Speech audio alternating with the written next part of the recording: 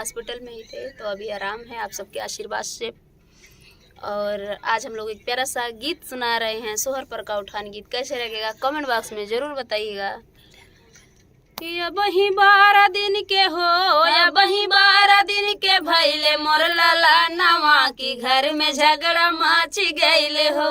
या बही 12 दिन के हो, या बही 12 दिन के भैले मोर लाला नवा की घर में झगड़ा मच गईले हो।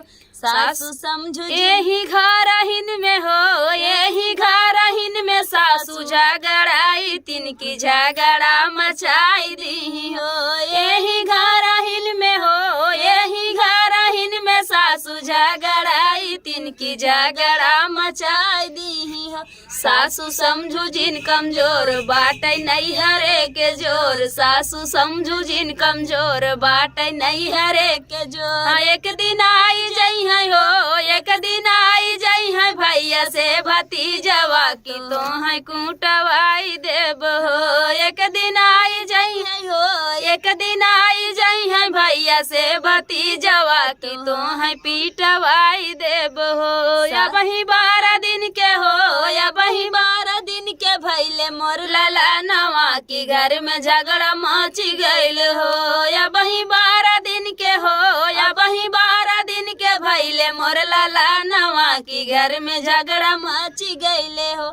जेठनी यही घर हिन में हो, यही घर हिन में जेठनी झगड़ाई तिनकी झगड़ा मचाई दी हो। यही घर हिन में यही घर हिन में जेठनी झगड़ाई तिनकी झगड़ा मचाई दी हो। जेठनी समझू जिन कमजोर बाटे नहीं हरे के जोर, जेठनी समझू जिन कमजोर बाटे नहीं हरे के जोर। एक दिन आई जई है हो, एक दिन आई जई है भैया से भतीजवा की तो है पीटवाई देव हो। एक दिन आई जई है हो, एक दिन आई जई है भैया से भतीजवा की तो है पीटवाई देव हो। या वही 12 दिन के हो, या वही 12 दिन के भैले मोर लाला नवा की घर में झगड़ा मच गईल हो। या वही 12 दिन के हो, या वही 12 दिन के भैले मोर लाला नवा की घर में झगड़ा मच गईले हो।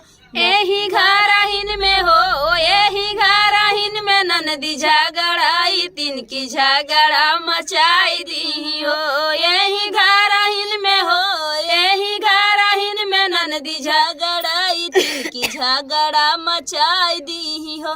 ननदी समझू जिन कमजोर बाटे नहीं हरे के जोर, ननदी समझू जिन कमजोर बाटे नहीं हरे के जोर। एक दिन आई जई है हो, एक दिन आई जई है भैया से भतीजवा की तो है पीटवाई देव हो। एक दिन आई जई है हो, एक दिन आई जई है भैया से भतीजवा की तो है पीटवाई देव हो। या वही 12 दिन के हो, या वही 12 दिन के भैले मोर लाला नवा की घर में झगड़ा मच गईल हो। तो फ्रेंड गीत कैसा लगा कमेंट बॉक्स में बताइएगा। फिर मिलते किसी नए गाने के साथ, तब तक के लिए बाय बाय दोस्तों। और आप लोग से रिक्वेस्ट है कि इस गीत को अपने दिल पे मत लीजिएगा, क्योंकि ये चुटकुला गीत है। सोहर उठान में सासी ननद का बखान होता है और हम भी किसी का ननद है, सास बनेंगे कभी न कभी, तो वही गीत हमारे लिए भी लागू है। बाय बाय दोस्तों।